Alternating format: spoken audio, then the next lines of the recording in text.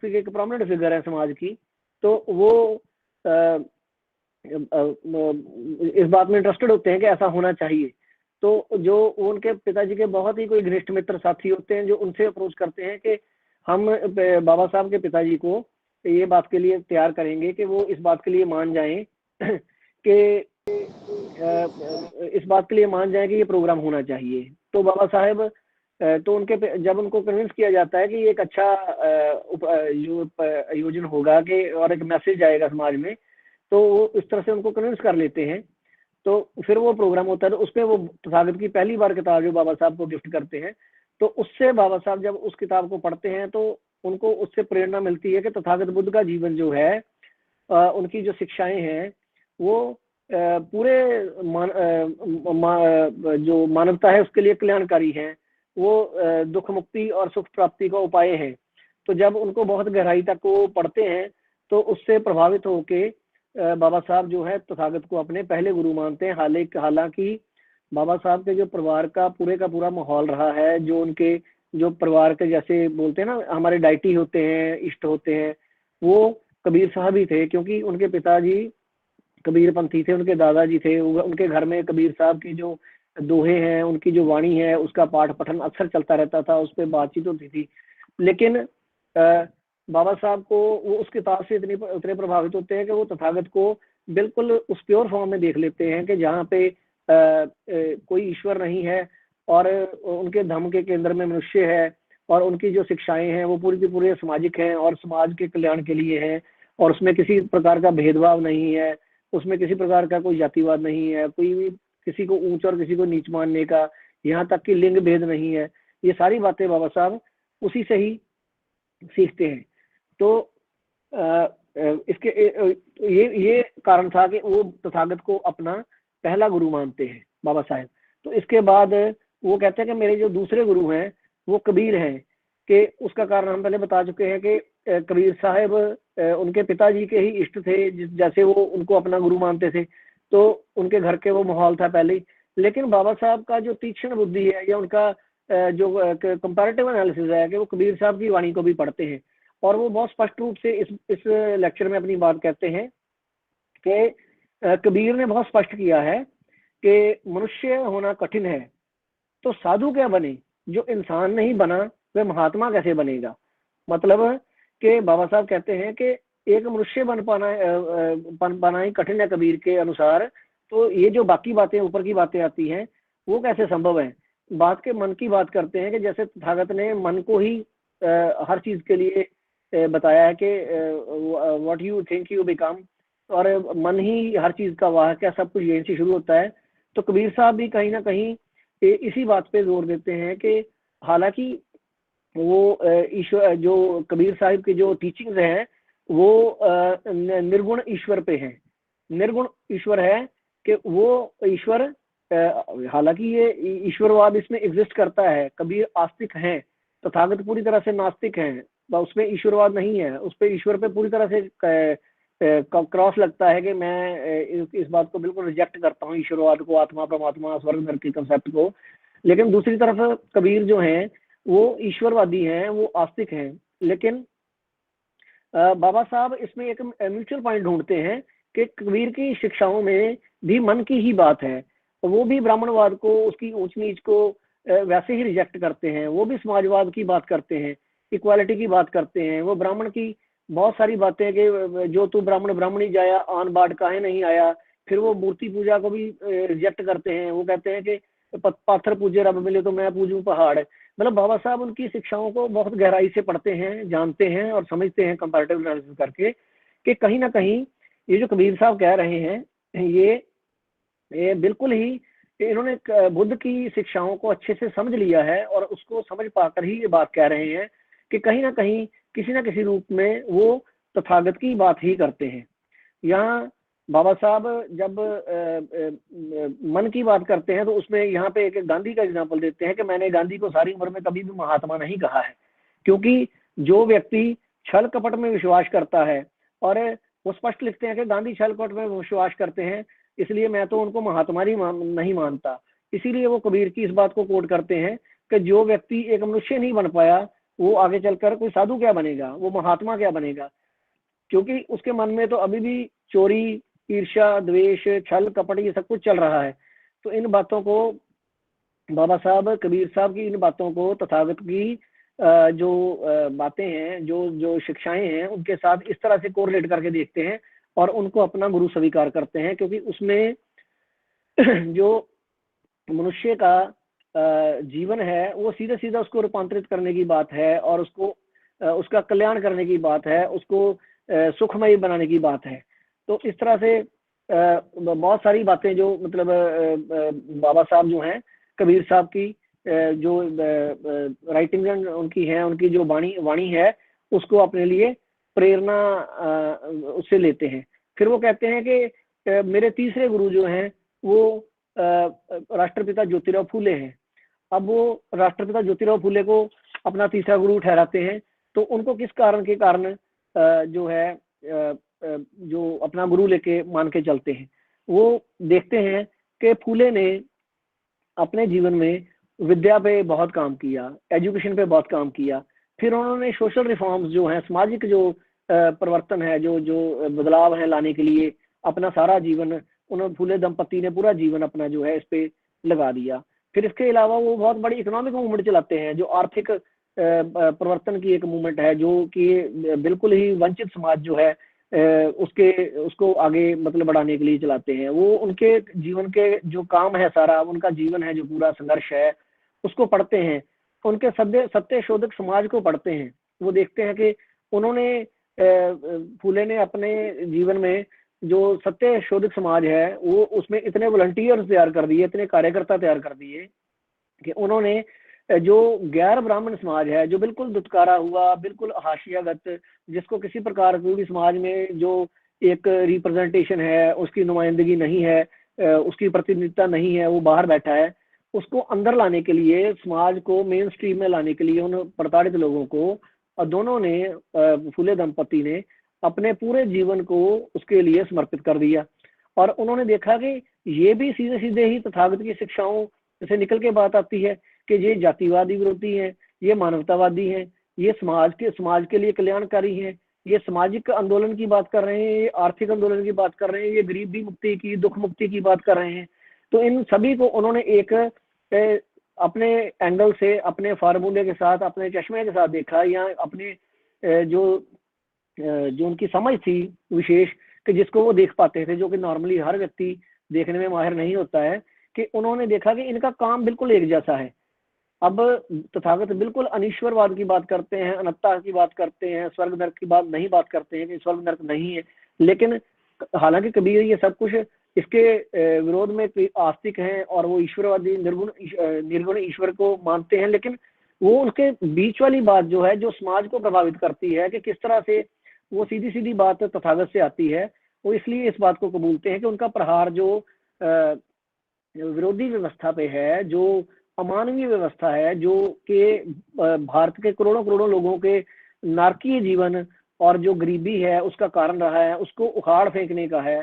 तो वो प्रहार ऐसा करते हैं, तो उनको अपना जो उनके प्रति उनका समर्पण अपने आप पैदा होता है कि ये मेरे गुरु हैं।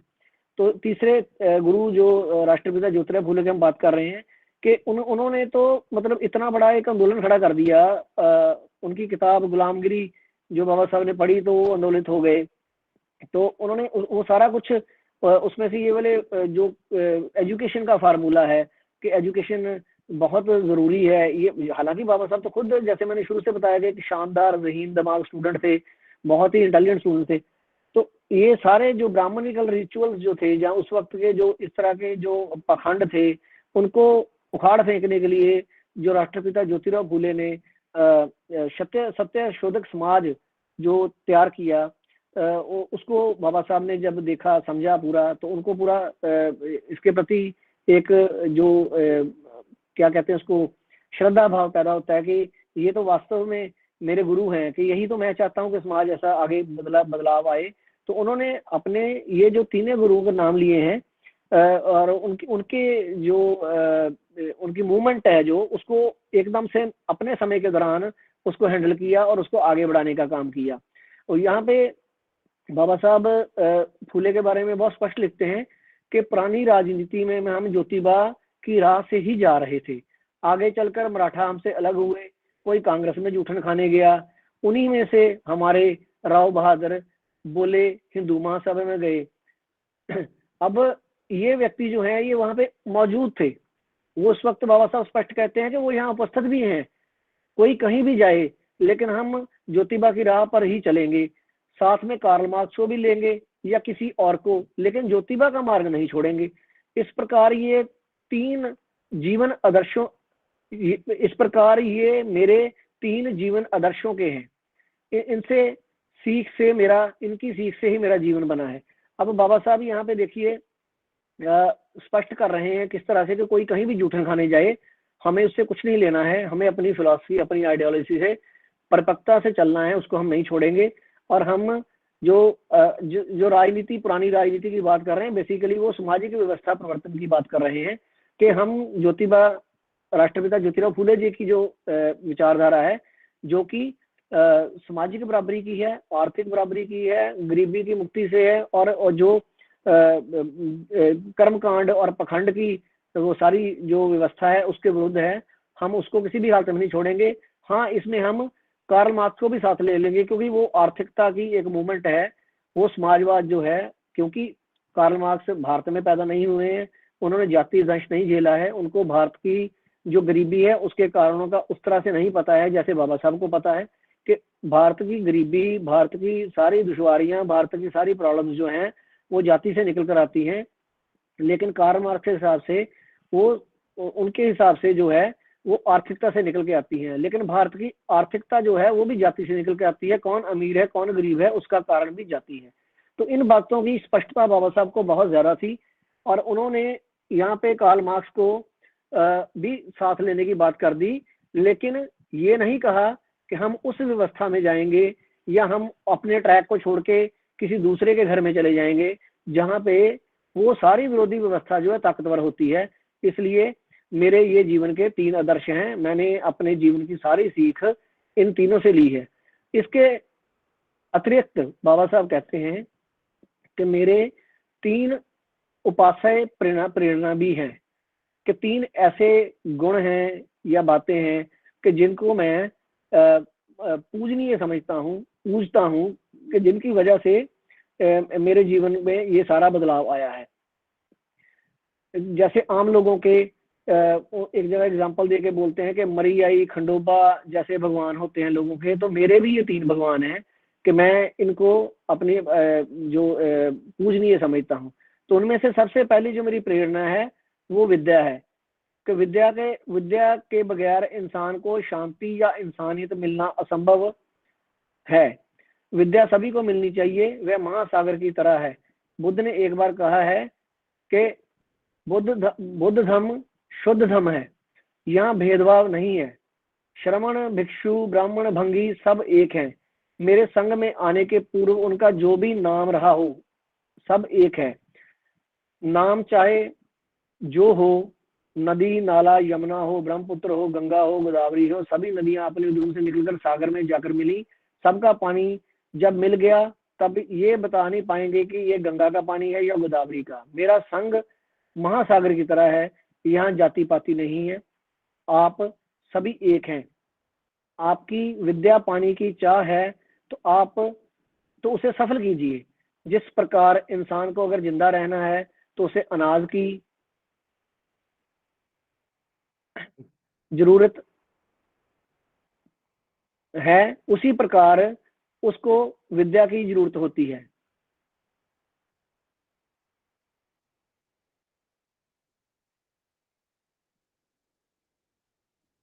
एक सेकंड प्लीज होल्ड करिएगा, कुछ एक इनविटेशन सा आया था उसके कारण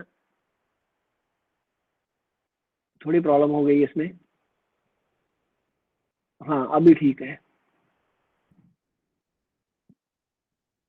तो यहाँ पे बाबा साहब कोट करते हैं कि जिन देशों में एजुकेशन है, जो बुद्धिस्ट कंट्रीज हैं, जैसे ब्रह्मा ये जो बर्मा है, तो वहाँ पे वो एग्जांपल दे के कहते हैं कि उस देश में 90% लोग जो हैं वो शिक्षित हैं, और आज हमारे भारत में 90% लोग जो हैं वो निरक्षर हैं। तो ये एक खास व्यवस्था ने हमें पढ़ने नहीं दिया है, इसलिए हमारा ये हाल है। धर्म के कानून ने हमारी शिक्षा की राह में रोड़े अटकाए, हमारी विद्या छीन ली। हमारे लोग समझते कि पत्थर ही विद्या है, इसलिए हमारी धार्मिक मान्यताएं नीचे लुढ़क दी गई। पत्थरों की पूजा करने वाले भक्त हमें हर जगह, हमारे हर जगह हैं। तो इस तरह से वो बताते हैं कि ये जो अविद्या है, इसके कारण जो है ये सारा कुछ हुआ, कि जो ये अनपढ़ता है, ये जो कुछ भी हम झेल रहे हैं कि हमारे पास पढ़ाई नहीं है, ये सब कुछ उस व्यवस्था के कारण है जिसने हमें आज तक बिल्कुल मूर्ख बना के रखा है। तो विद्या बहुत बड़ी चीज है। मुझे विद्या के प्रति पागलपन की हद तक लगाव है। उतनी किताबें, वो स्पष्ट कहते हैं कि उतनी किताबें किसी ब्राह्मण के घर में भी नहीं होंगी जितनी किताबें आज दिल्ली मेरे घर में हैं। मेरे घर में 32,000 किताबें हैं। किसी ब्राह्मण के पास इतनी किताबें हैं तो वो दिखा दें।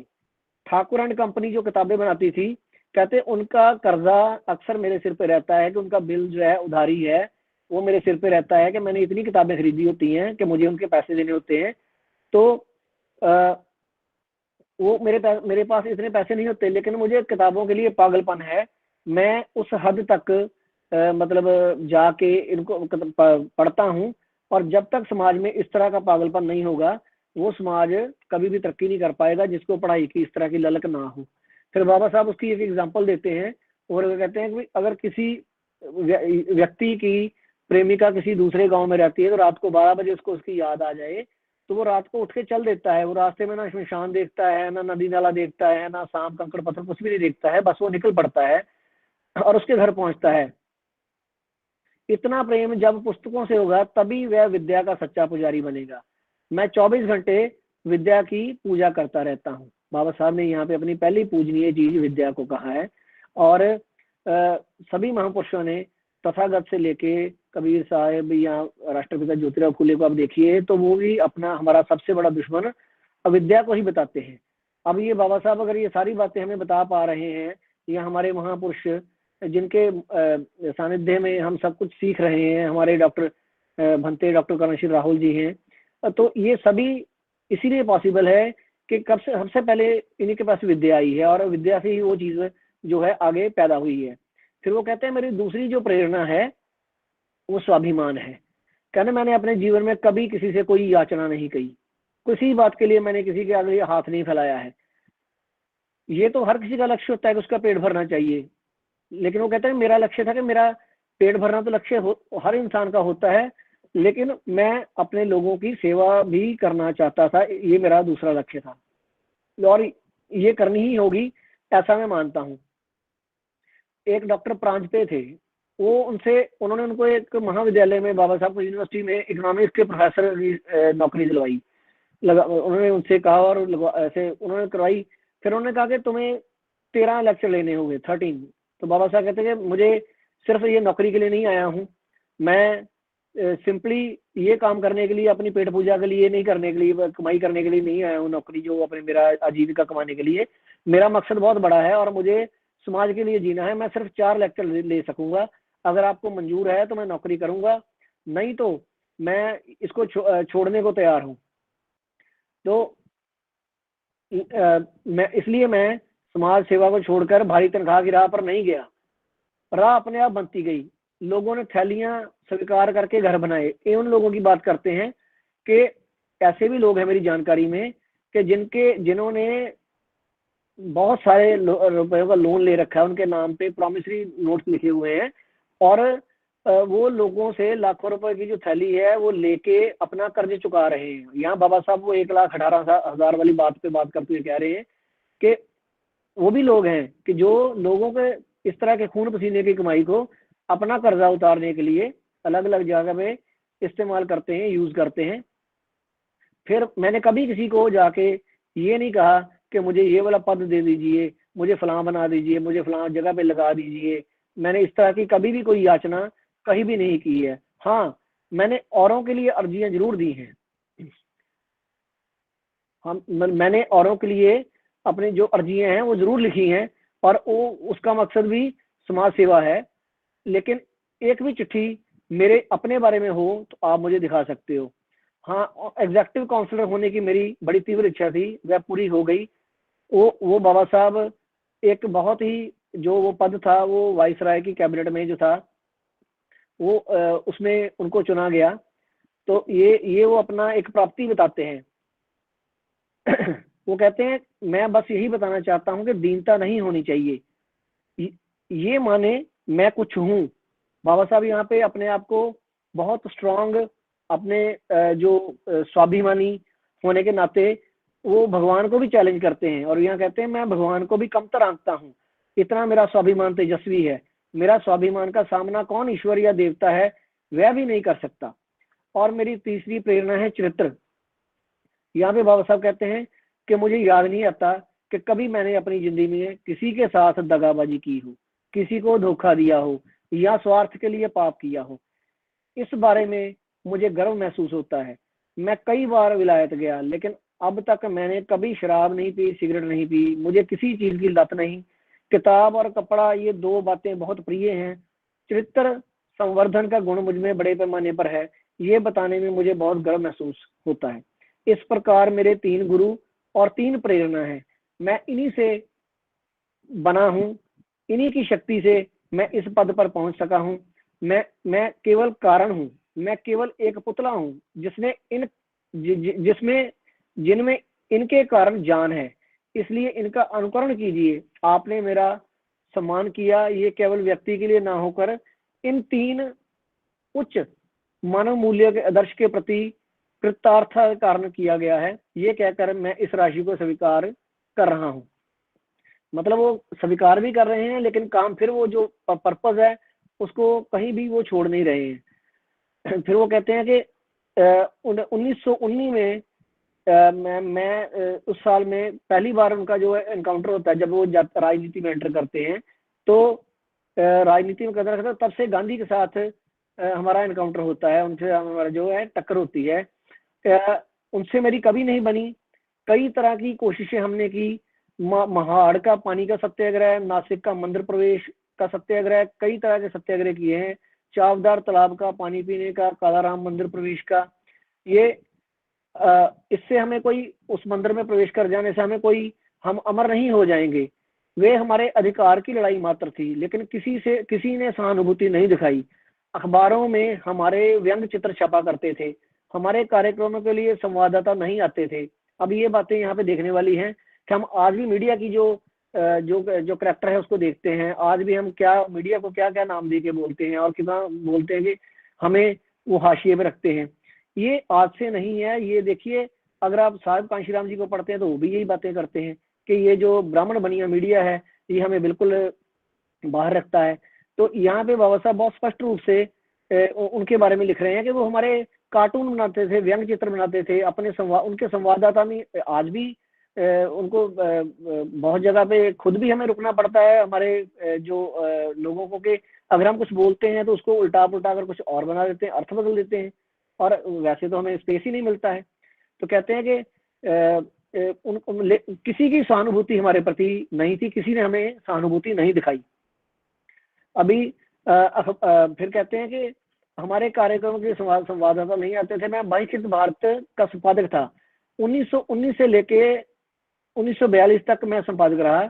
एक बार केसरी में विज्ञापन भेजा, साथ में विज्ञापन की फीस के तौर पे 3 रुपए का मनी ऑर्डर भी भेजा।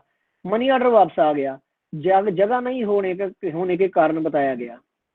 अब बताइए कि एक अखबार में एक विज्ञापन दिया है उन्होंने अपने अखबार का या कैसे कोई भी, तो उसको वो स्पेस ही नहीं दे रहे हैं, और पैसे भी दिए हैं, फ्री का काम नहीं है। टाइम्स ऑफ इंडिया को फोन किया, उन्हें लगा कहाँ से ये भिखारी लोग परेशान करने आ गए, उन्होंने जवाब ही नहीं दिया, और अब हमेशा पीछे पड़े रहते हैं, रिपोर्ट दीजिए। ऐसे हालात थे, हमारे आंदोलन ने ऐसे ऐसे दिन देखे हैं। मैं और देखिए अब बाबा साहब यहाँ पे अपनी वो जो कर्मठता है, या उनका जो एक क्या उसको बोलते हैं, जो स्वाभिमान है, या उनका जो एक संकल्प है, वो अपने जो दृढ़ संकल्प की बात करते हैं यहाँ पे, कि जो लोग कल तक हमें पैसे लेकर भाई हमारा विज्ञापन नहीं देना चाहते थे, आज वो हमारे पीछे घूम रहे हैं कि हमें रिपोर्ट दीजिए। घुटनों के बल कर दिया। तो आप देखिए कि हमारे जितने भी महापुरुष हमने बाबा साहब के बाद भी देखे जो हैं, तो उन्होंने यही करके दिखाया है कि उन्होंने हार नहीं मानी है, उन्होंने प्लानिंग इस तरह से की है, उन्होंने काम ही इतना किया है कि उन्होंने उसको सारा उनको मजबूर कर दिया है। अगर आज हम इस देश की जो इस वक्त जो व्यवस्था है या इस वक्त जो माहौल है, उसमें आप बाबा साहब की मौजूदगी को देखिए कि क्या वो सामाजिक प्रोग्राम है, क्या वो स्कूल है, यूनिवर्सिटी है, पॉलिटिक्स है। आप देखिए कि जो हाशिएगत लोग थे, जो वंचित समाज था, उसका जिक्र कितना ज्यादा बढ़ गया है। बाबा साहब की बात पैर पैर पे होती है। उनके बिना देश की, जैसे साहिब कांशीराम ने कहा था कि मैं बाबा साहब के बच्चों के बिना इस देश का जो राजनीति उसको नहीं चलने दूंगा। तो आज आप राजनीति को देखिए कि कौन लोग दलितों की बात कर रहे हैं। जो कभी बाबा साहब को जमीन में दफन करके बैठे थे, आज वो दलितों की बात करते हैं। तो ये बातें समझ नहीं है कि ये जो संकल्प है, जो दृढ़ता है और जो ऊंचे आदर्श हैं, जो बाबा साहब ने अपने 3 गुरुओं से बताए हैं, अपनी 3 प्रेरणाओं से बताए हैं, इनके बिना किसी भी के व्यक्ति में भी ये परिवर्तन नहीं आएगा। और अगर हम सचमुच में बाबा साहब को मानने वाले हैं, तथागत बुद्ध को के अनुयायी हैं, तो हमें वो सारे जो गुण हैं, वो जो सारे शिक्षाएं हैं, उनको अपने जीवन में उतारना होगा। तभी ही वो जो हम रिजल्ट चाहते हैं कि ऐसे जो परिणाम हैं वो आएंगे। तो ये सब कुछ बाबा साहब इतने डंके की चोट पे अपने साथ जो अपनी एग्जाम्पल दे के बात करते हैं, ये वाला जो लेवल है ये अचीव करना होगा, तभी जाके वो परिवर्तन जो है हम एक्सपेक्ट कर सकते हैं। फिर बाबा साहब यहाँ पे महिलाओं की बात करते हैं इस लेक्चर में कि पहले मैं जब महिलाओं को जाके कहता था कि आप बिल्कुल साफ सुथरा जीवन जिए, अच्छे कपड़े पहने, साफ रहें, तो वो मेरा मजाक उड़ाती थी या मुझे ऐसे आगे से कहती थी कि ये तो हमें इस तरह से जैसे शिक्षित करने। लेकिन आज जब मैं उनको चेंज हुए देखता हूँ, वो परिवर्तन देखता हूँ, तो मुझे बहुत अच्छा लगता है। हालांकि ये परिवर्तन अभी बहुत नीचे है और हमें इसको बहुत ऊपर लेके जाना है इस बात को। तो मेरे पास अभी बहुत कम समय बचा है, 8-10 साल ही बचे हैं। तो मैं चाहता हूँ कि हमें ये सब कुछ अपने जिम्मे पे करने की बात करनी चाहिए। आप ये नहीं कह सकते कि बाबा साहब हैं तो सब चल रहा है, तो सारी जिम्मेवारी मेरे पे डाल दें और आप उस बात को आगे, जिम्मेवारी को, उस बैटन को, जो एक रिले रेस का बैटन होता है, उसको आप लेने से कतराएं, पीछे हटें। क्योंकि ये जो आंदोलन है, इसको आपको अपने बलबूते पे अब आगे लेके जाना पड़ेगा। मेरे पास समय बहुत कम है। जैसे इस बार हमारा आगरा का प्रोग्राम था कि कौन बनेगा तंबू का बम्बू, तो वो जो तंबू का बम्बू बनने की बात है, यहाँ पे बाबा साहब उनको चैलेंज करते हैं कि मैं अपने जीते जी देखना चाहता हूँ, क्योंकि मेरे पास समय बहुत कम है और मैं देखना चाहता हूँ कि आप लोग अपने दम पे इसको कैसे आगे लेके जाते हैं। फिर यहाँ पे वो ये भी कहते हैं कि मैं अब राजनीति से अलग होने वाला हूँ, आपको खुद अपना जीवन उज्जवल बनाना होगा, त्याग, समर्पण आदि बल निस्वार्थ भाव लगाकर काम कीजिए। मुझे इसी जन्म में आप अपने साथ क्या करते हैं ये देखने दीजिए। मरने के बाद मुझे कैसे पता चलेगा कि आपने अच्छा किया या बुरा किया। मैं आपको सचेत करके ये कह रहा हूँ। यहाँ पे ये जो लेक्चर है इसका समापन होता है कि वो इस जिम्मेवारी को हमें देते हैं। चाहे उन्होंने ये उस वक्त बात कही है कि जब हम नहीं थे उस वक्त, लेकिन दरअसल किसी भी महापुरुष की जो बात है, जब वो इस तरह से कही जाती है, तो उसके आने वाली सारी पीढ़ियों और जो वर्तमान में हम सभी लोग जो उनके अनुयायी हैं, तथागत से लेके साहिब तक, इनमें जितने भी बाबा साहब के 3 गुरुओं की बात हुई, उनकी 3 प्रेरणाओं की बात हुई है, तो उनकी जो ये सारा जो है मैसेज है, वो हम पे भी उतना ही लागू होता है कि हम उस बात को एक बहुत ही जो अपनी जिम्मेवारी बनती है, दायित्व बनता है, उसको निभाएं। और ये सारी गूगल मीट जो आज हम कर रहे हैं, इसका जो मकसद भी है वो चेतना पैदा करना है, वो जागृति पैदा करना है कि हम जल्दी से जल्दी इन बातों को समझ के अपने को परिवर्तित करते हुए, रोज रोज अपने को इम्प्रूव करते हुए धर्म को, बाबा साहब के मिशन को, भंते जी के मार्गदर्शन में आगे लेके जाएं। मैं ऐसा अपने अंतिम जो शब्द है मेरे आज की मीटिंग के, वो यही है कि मैं ऐसा समझता हूँ कि अगर परम श्रद्धेय भंते डॉक्टर करुणाशील राहुल जी ने अपने जीवन में इतना बड़ा त्याग किया है कि उन्होंने, और उनके साथ जो भिक्षु संघ है, उन्होंने अपने जीवन का, जो अपने परिवारों का इतना बड़ा त्याग किया है, उसको सपोर्ट करने के लिए हमें हर वक्त तैयार रहना चाहिए। किसी ना किसी रूप में हमेशा अपना योगदान करते रहना चाहिए, तन मन धन में। जो भी वो इस वक्त बड़े बड़े प्रोजेक्ट्स हैं, जैसे अभी जयपुर का प्रोग्राम आ रहा है, तो उसके उसके लिए है कि वहाँ पे कुछ जो सहयोग बनता है, काम हर तरह से तन मन धन से, वो हमें पूरे आगे आके अपनी जिम्मेवारी समझ के कि ये उनका काम नहीं है, ये हमारा काम है, इस तरह से करना चाहिए। और वो और एक और साथ में खुशखबरी है, आप सभी को बधाई है, आपको बहुत बहुत साधुवाद है कि हमारे धर्मभूमि की प्रतिनिधि गुरदासपुर से, आप उनको बहुत अच्छे से जानते हैं, पहले भी गाने गा चुके हैं, मैम प्रवीण सोनिया बौद्ध। उनका जो गीत है, जो भंते जी का आह्वान है, रचो इतिहास जयपुर में, जो होगा देखा जाएगा, आज वो 11,000 का आंकड़ा पार कर गया व्यूज का। ये भी हमारी एक एक वो समर्पण की और एक टीम वर्क की पहचान है। अगर हम ऐसे ही मिलके लगे रहेंगे तो हम अपने महापुरुषों का जो सपना है, जो बाबा साहब का सपना है कि मैं भारत को एक बुद्धमय देश और इस पे वंचितों का शासन देखना चाहता हूँ, इसको निश्चित ही पूरा कर पाएंगे अपने परम श्रद्धेय भंते डॉक्टर करण सिंह राहुल जी के मार्गदर्शन में। ऐसी मेरी कामना है। और मेरा इसी के साथ में अपनी बात को, अपनी वाणी को यहाँ विराम देता हूँ। बहुत बहुत साधुवाद।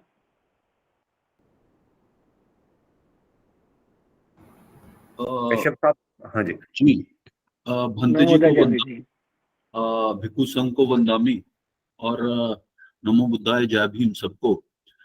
डॉक्टर सुधीर जी ने आज बहुत ही शानदार प्रस्तुतिकरण किया है अपने इस सेशन में। और बाबा साहेब के जो तीन, जो बाबा साहेब ने ही कहा है कि वो मेरे तीन गुरु हैं, असल में बहुत संक्षेप में उसका विवरण प्रस्तुत किया। अगर हम तथागत के बारे में जानने का प्रयास करते हैं तो बहुत लंबा समय चाहिए उसको समझने के लिए। तो जो शील हैं, अगर बाबा साहेब ने उनको अपने जीवन में धारण करके अपने जीवन को उसके अनुसार कंडक्ट किया है, तो ये हमारे सामने एक सबसे बड़ा उदाहरण है कि बाबा साहेब ने जिसको अपना गुरु माना है, उन महान गुरु की जो शिक्षाएं हैं उनको अपने जीवन में धारण किया है। तो तथागत ने जो कहा कि शील का अनुपालन करना चाहिए, तो इतने सालों के जीवन में उन्होंने वो करके दिखाया है। दूसरा, तथागत ने कहा कि ज्ञान ही एक ऐसा टूल है, एक ऐसा यंत्र है जो आपको ये जो दुख में जीवन है इससे पार लेके जाएगा। तो बाबा साहेब अम्बेडकर ने अपनी बार बार अपनी पुस्तकों में लिखते हुए ये जो इसका महत्व है ज्ञान का, उसके बारे में गहन चर्चा की है। और अपनी पुस्तक राणा डे, गांधी और जिन्ना को लिखते हुए बाबा साहेब ने महान व्यक्ति जो हजारों हजार साल की जो सभ्यता है उसमें भी उसकी महानता कम करके नहीं आंकी जाती है, उसका प्रस्तुतिकरण किया है उसमें कि महान व्यक्ति का पहली रिक्वायरमेंट महानता की ये है कि उसका ज्ञान समुद्र के समान बड़ा होना चाहिए। दूसरा, उन्होंने कहा कि झूठ का साथ कभी भी देना नहीं चाहिए। और पूरे जीवन, जैसे तथागत का पंचशील में है एक शील कि मैं झूठ नहीं बोलूंगा, तो बाबा साहेब अम्बेडकर ने भी उसको अपने जीवन में धारण किया है और उसको अपना कंडक्ट करके दिखाया है। 45 साल तक तथागत ने पैदल यात्रा करके जो जो पद दलित थे, जो उस एक नए समाज के निर्माण में प्रयासरत होना चाहते थे, उनके साथ जाके वार्तालाप किया है। इसी प्रकार बाबा साहेब अम्बेडकर ने भी 35 साल तक वो वार्तालाप को चलाया है। तो इस प्रकार का मूवमेंट उन्होंने इस भारत के समाज में बिल्ड किया है। तो जो तीन विशेषताएं तथागत गौतम बुद्ध की हैं, उसको पूर्ण और पूर्ण रूप में बाबा साहेब अम्बेडकर ने अपने जीवन में उनको प्रतिपादित, उनका अनुपालन करते हुए उसको कंडक्ट किया है। इसी प्रकार कबीर साहब के बारे में बाबा साहेब अम्बेडकर कहते हैं कि वो हमारे गुरु हैं। डॉक्टर सुधीर जी ने उसके बारे में चर्चा की अपने इस सेशन में। तो जो बुद्धा बुद्ध और उनका धम्म की जो पुस्तक है उसका जो प्रीफेस है, जो अनपब्लिश्ड प्रीफेस है, अगर आपको पढ़ने का मौका मिलता है, जो बाबा साहेब अम्बेडकर के स्वयं हस्तलिखित पब्लिकेशन है, उसको अगर आप पढ़ेंगे तो आप पाएंगे कि बाबा साहेब अम्बेडकर अपने पिता के साथ कितने द्वंद्वात्मक मानसिक स्थिति में रहते हैं, और उसको वो किस प्रकार उस 1.5 या 2 पेज के पत्र में क्लियर करते हैं कि देखो, मैं अपने पिताजी से भी पूछता था कि वो एक तरफ तो कबीर साहब को मानते हैं और दूसरी तरफ वो रामायण महाभारत और गीता की जो कथा है उसका जो पुस्तकें हैं उससे उनको हमारे द्वारा पढ़वाते हैं। तो ये जो द्वंद्वात्मक स्थिति है, आज भी जो भारत का मानस है, लोगों का मानस है, उसमें ये उससे दो चार होना ही पड़ता है। तो इसीलिए जो हमारे साथी अभी भाई कुलवंत जी ने एक प्रश्न प्रस्तुत किया, तो वो भी इसी मानसिक स्थिति का एक परिलक्षण है, उसका एक बाहरी रूप है। तो ये जो स्थिति है इस पे काबू तो स्वयं हमें ही पाना है। और वो सही कहा धम्म संदेश जी ने कि जब प्रशिक्षण होगा, जब उस विषय पे ज्ञान प्राप्त करेंगे, तो जो अंधकार के पर्दे हैं जिन लोगों के दिमागों पे, वो अपने आप ही हटते जाएंगे। बाबा साहेब अम्बेडकर ने अपनी और पुस्तकों में भी लिखा है कि 80 से 85% जो लोग हैं समाज में रहने वाले, वो मूक दर्शक होते हैं, वो फेंस सिटर होते हैं। एक जो कह सकते हैं लकीर है, उस पे बैठे रहते हैं, और कभी भी उस लकीर को पार करके अगर उनको व्यक्तिगत तौर पे फायदा हो जाता है तो वो जंप करके उस तरफ चले जाते हैं। जब उनको पता है कि उस तरफ अब रहना विकट स्थिति का सामना करने के बराबर है, तो वो जंप करके दूसरी तरफ चले जाते हैं। तो ऐसे लोग कभी भी जो बदलाव की प्रक्रिया है उसमें पूर्ण रूप से कंट्रीब्यूट नहीं करते हैं। और इस प्रकार जो सामाजिक आंदोलन चलाने वाले लोग हैं, वो भली भांति जानते हैं कि जो बहुसंख्या है समाज में रहने वाले लोगों की, वो इसी प्रकार की प्रवृत्ति के ही लोग होते हैं। इवन तथागत ने भी कहा है कि बहुत बहुत जो मेजॉरिटी है समाज में रहने वाले लोगों की, वो संवेदन रहित लोग होते हैं। तो उनको जाके कांटेक्ट करके, उनसे बातचीत करके, उनसे संगोष्ठी आयोजन करके, उनमें से कुछ लोग अगर कन्विंस के साथ आते हैं तो वही एक कामयाबी होती है। तीसरे, बाबा साहेब अम्बेडकर ने अपनी पुस्तकें उनको डेडिकेट की हैं महात्मा ज्योतिराव फुले। महात्मा ज्योतिराव फुले पे एक उनकी जीवनी लिखी है धनंजय कीर ने, और वो पुस्तक अब उपलब्ध नहीं है। सौभाग्य से मुझे उस पुस्तक को पढ़ने का मौका मिला है। और प्रोफेसर हरि नरके, पुणे यूनिवर्सिटी के बहुत बड़े प्रोफेसर और टिस में प्रोफेसर रहे हैं, उन्होंने एक बहुत शानदार पुस्तक लिखी है, वो भी मुझे पढ़ने का मौका मिला। तो फुले साहब जो हैं, उनका जो दृढ़ संकल्प है इस समाज के स्वरूप को बदलना, इस में जो वर्णवादी व्यवस्था है, जो छुआछात क्रिएट करती है, जो मानव और मानव में भेद करती है, उसमें बदलाव करके एक नई स्थिति पैदा करना, ऐसी आध्यात्मिक, ऐसी सामाजिक, ऐसी आर्थिक समाज का निर्माण करना, ये दृढ़ संकल्प महान महात्मा ज्योतिराव फुले ने प्रतिपादित किया है 19वीं शताब्दी के अंत में। और घोर घोर विकट परिस्थितियों से जाते हुए उन्होंने उसको स्थापित करके दिखाया है, और अपने जीवन को एक बहुत ही श्रेष्ठ और उच्च दर्जे के जीवन के रूप में उन्होंने वो जीवन को जिया है। और अंत में अगर आप पाओगे कि इस प्रकार के एक संगठन का निर्माण किया है जो सत्य शोधक समाज है, जिसने पूर्ण रूप से उन सांस्कृतिक, उन धार्मिक, उन आध्यात्मिक मान्यताओं को दरकिनार कर दिया है जो भेद करती हैं। तो ये सारा जो संघर्ष है, जो सब इन तीन महान लोगों की जो जीवन गाथा है, उसको बहुत गहनता से अध्ययन करने के बाद ही बाबा साहेब अम्बेडकर ने इन लोगों को अपना गुरु माना है। तो आभार प्रकट करना चाहता हूं डॉक्टर सुधीर का और धम्मभूमि का और मान्यवर भंते जी का, कि उन्होंने ये डॉक्टर सुधीर जी को मौका दिया कि इस पे वो अध्ययन करें और सब लोगों को इस विषय के बारे में जानकारी दें। मान्यवर कुलवंत जी अगर हैं तो उनको मैं निवेदन करूंगा कि वो ओशो की एक देशना है, जो गुरु रविदास पे है और वो यूट्यूब पे है, उसको वो जरूर सुने। कि ओशो उस देशना में कहते हैं कि जो बुद्ध हैं और जो गुरु रविदास हैं दोनों में कोई फर्क नहीं है। तो वो करीब करीब 45 मिनट या 50 मिनट की वो देशना है, मैसेज है। सत्य भाके रैदास उसके नाम की पुस्तक भी है। तो बुद्ध के बारे में तो पढ़े ही पढ़े, तथागत के बारे में तो पढ़े ही पढ़े, बट और लोगों ने भी जो इस विषय पे अपने प्रस्तुतिकरण दिए हैं उनको भी आप उनका भी वो अध्ययन करें, तो शायद उनके ज्ञान का वर्धन होगा और उनको अपनी बात को एक प्रभावशाली तरीके से प्रस्तुत करने का उन लोगों के सामने जो आज शायद उनकी बात को सुनने के लिए अत्यधिक लालायित नहीं होंगे, तो बेहतर ट्रेनिंग उनका भी होगा। इन शब्दों के साथ मैं अपनी बात को विराम देता हूँ। नमो बुद्धाय, जय भीम।